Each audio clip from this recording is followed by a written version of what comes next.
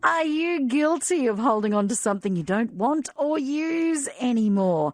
Maybe it's an old cell phone, batteries, or a bookshelf, and you just don't know where you can get rid of them. Well, how about the reverse of that then? Buyer's guilt. How many times have you bought something, got it home, and realised, I don't actually need that? Well, they're the two topics. My next guest is here to discuss the acquiring and discarding of items and how we can all help prevent waste. Bonnie Black is from Little Miss Organised. Hello.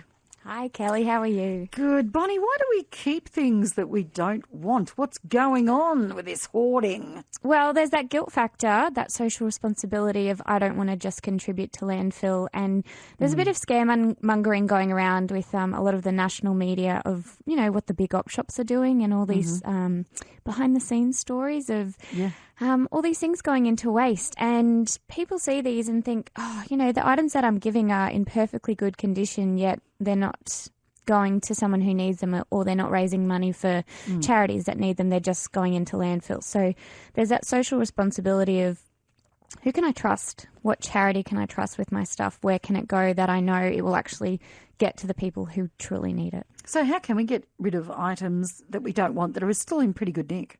There's lots of different options for getting rid of things that we don't need. And charities aren't really the only place that we can give things to. One of the first things that you can do is pass it down to someone you know. So whether it's family or friends, but making sure that you're not passing it on to someone who doesn't actually want it and they're just, you know, they're just taking it out of guilt themselves. So making sure that, they need it, they want it, they're happy to have it.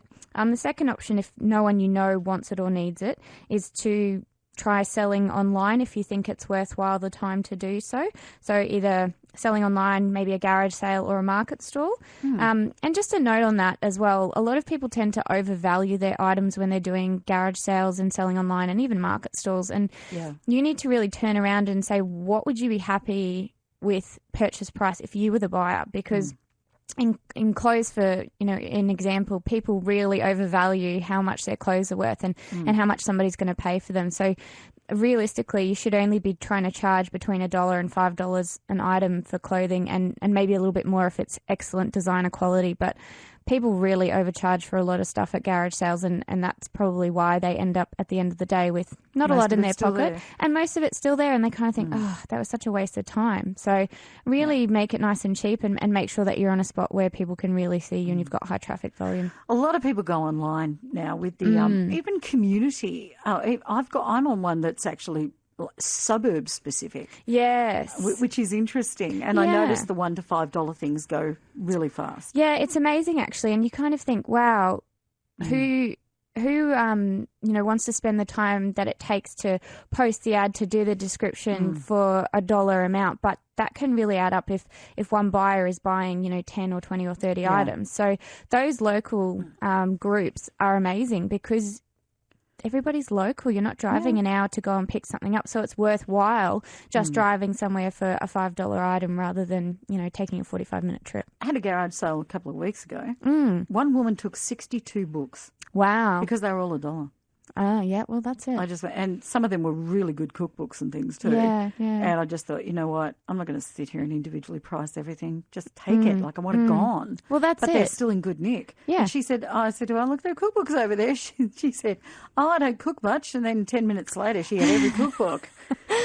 And off she went. But, when you're done, you know when you're done, when if I haven't looked at it for a couple of years, I'm not going back there, let's face it. Well, that's it. And with cookbooks in particular these days, there's so much online. People get it online. Yes. Yeah. And we're all such sharers these days. If we have a good recipe, we want to share it online. We don't want to just, keep it to ourselves. So, that's really important too. Now, how about things, Bonnie, like old cell phones and batteries? So there's lots of different programs that actually recycle your old cell phones and your old batteries. So some of the supermarkets actually have battery boxes now, and you can put your AA, AAA, DEC, all those kind of batteries in there. Just ask at your local supermarket if you haven't seen one there. And maybe it might be a community initiative that your local supermarket is just waiting for you to ask them to present a battery box for you to do your recycling.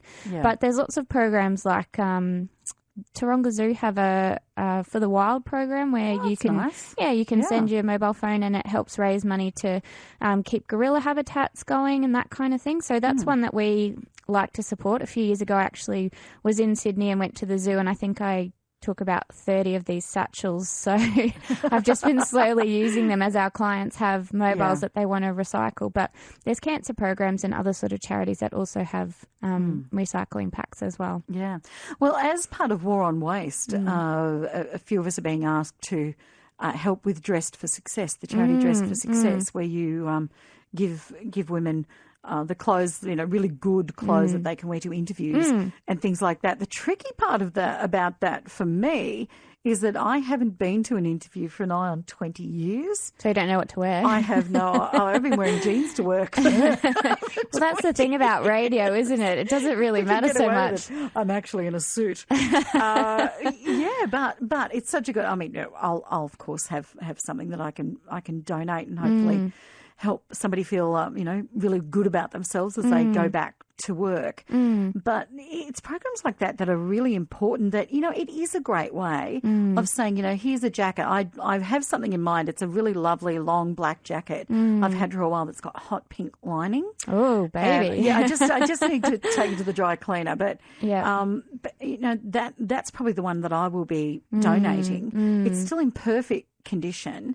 And every time I wore it, I felt good in it. So I'm hoping that somebody else will wear it and once again feel great in it. So, and I'm sure that women have these clothes in their wardrobe. Now, whether it doesn't fit anymore for, for one reason or the other, it's just not what you'd wear or whatever. There are charities that will take these items of clothing from you and really will put it to good use. And I think that's where the knowledge is power thing comes in, because a lot of people who maybe are not so connected online don't know about these charities that aren't, the Smith family or the local big op shop chain. So they think, I've got this stuff, and where can I send it? Where can it go? And we've got a really good list of resources on our website actually that we're currently updating as well to include more, because we have so many little charities that we like to give our stuff to. So my house can be a bit of a bomb site at times, or my office anyway, because, things will come in and the girls will come and say, I've got this jacket or this suit set and it's for Dress for Success. And I go, okay, let's put it in that box. And, we'll wait till that box is a bit full and then do a donation drop off there. But it's so important to us and it's so important to our clients that we actually have things that go directly to where they're needed rather than setting in an op shop where they might not get used and they might just get dumped. Yeah.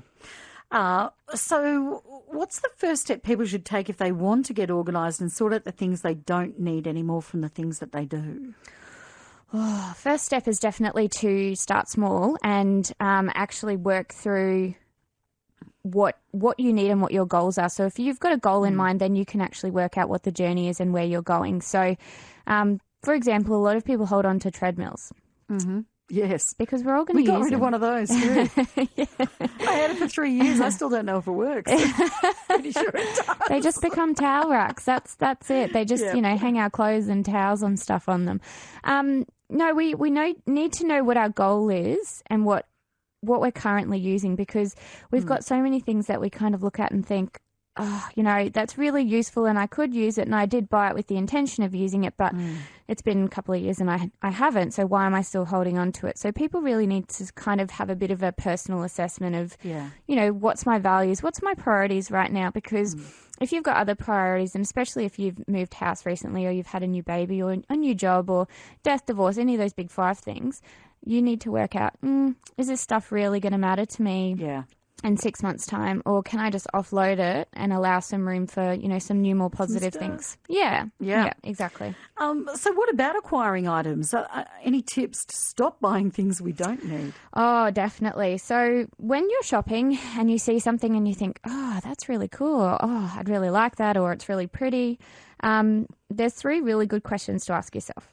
The first one is, do I have something like this already that's in perfectly usable condition? That is my big question when I go clothes shopping, because I have a certain look that I like.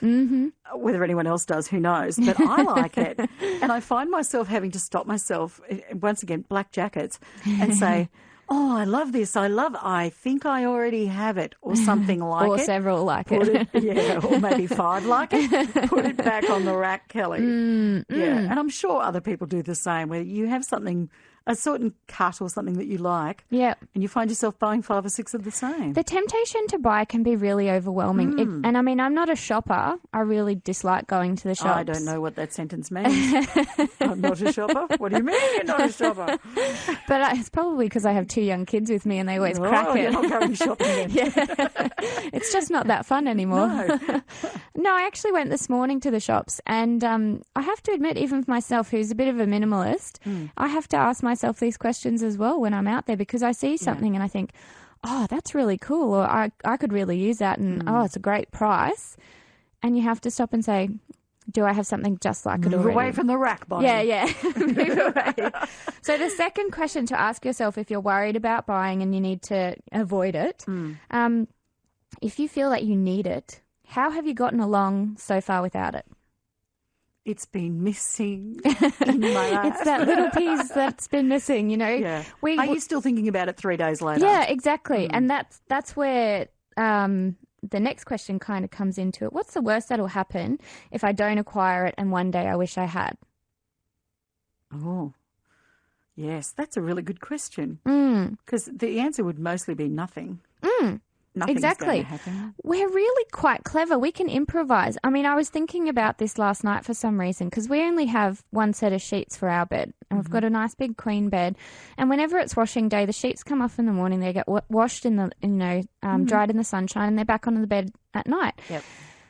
And I know people have said to me before, but what happens if, say, someone's sick, or, you know, one of the kids comes and vomits all over the bed and it's cold and rainy and you can't get them back on? And you know what? We have had a couple of times where something like that's happened and you just improvise.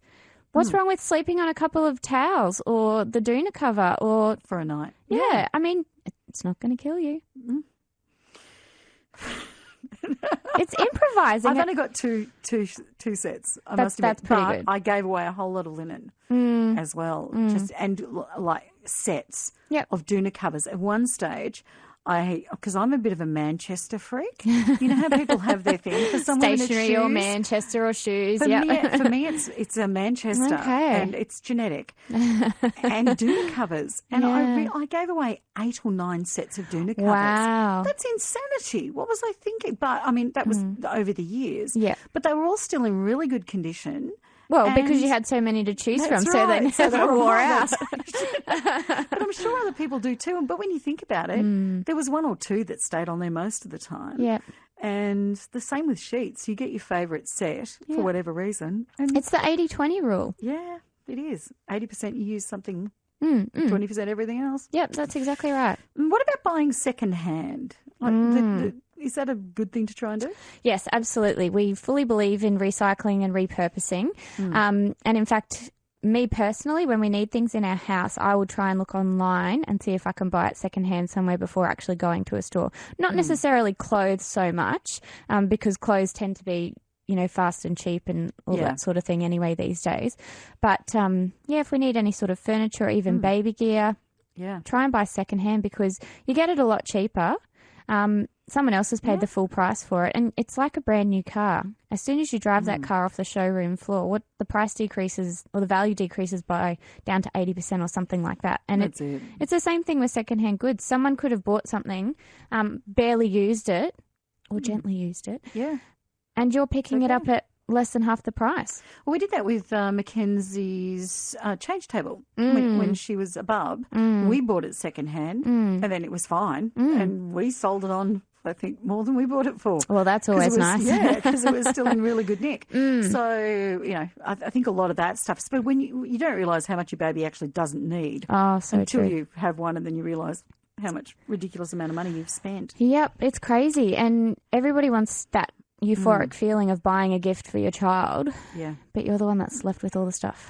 Exactly. And look, the other thing that I might throw in, look on social media like Facebook for, like, if there are particular brands, there's a particular brand of clothing I like, and they've got a site that for Australia that sells it. Yeah, at a third, because people are just, you know, I'm sick of it. Here, do you want it? You know, smoke-free home, pet-free home, blah, blah, blah. And, you know, you can buy a top for $20 for Yeah, these It's swapping relatively sites new. They're are really so good. good because it's like communal shopping.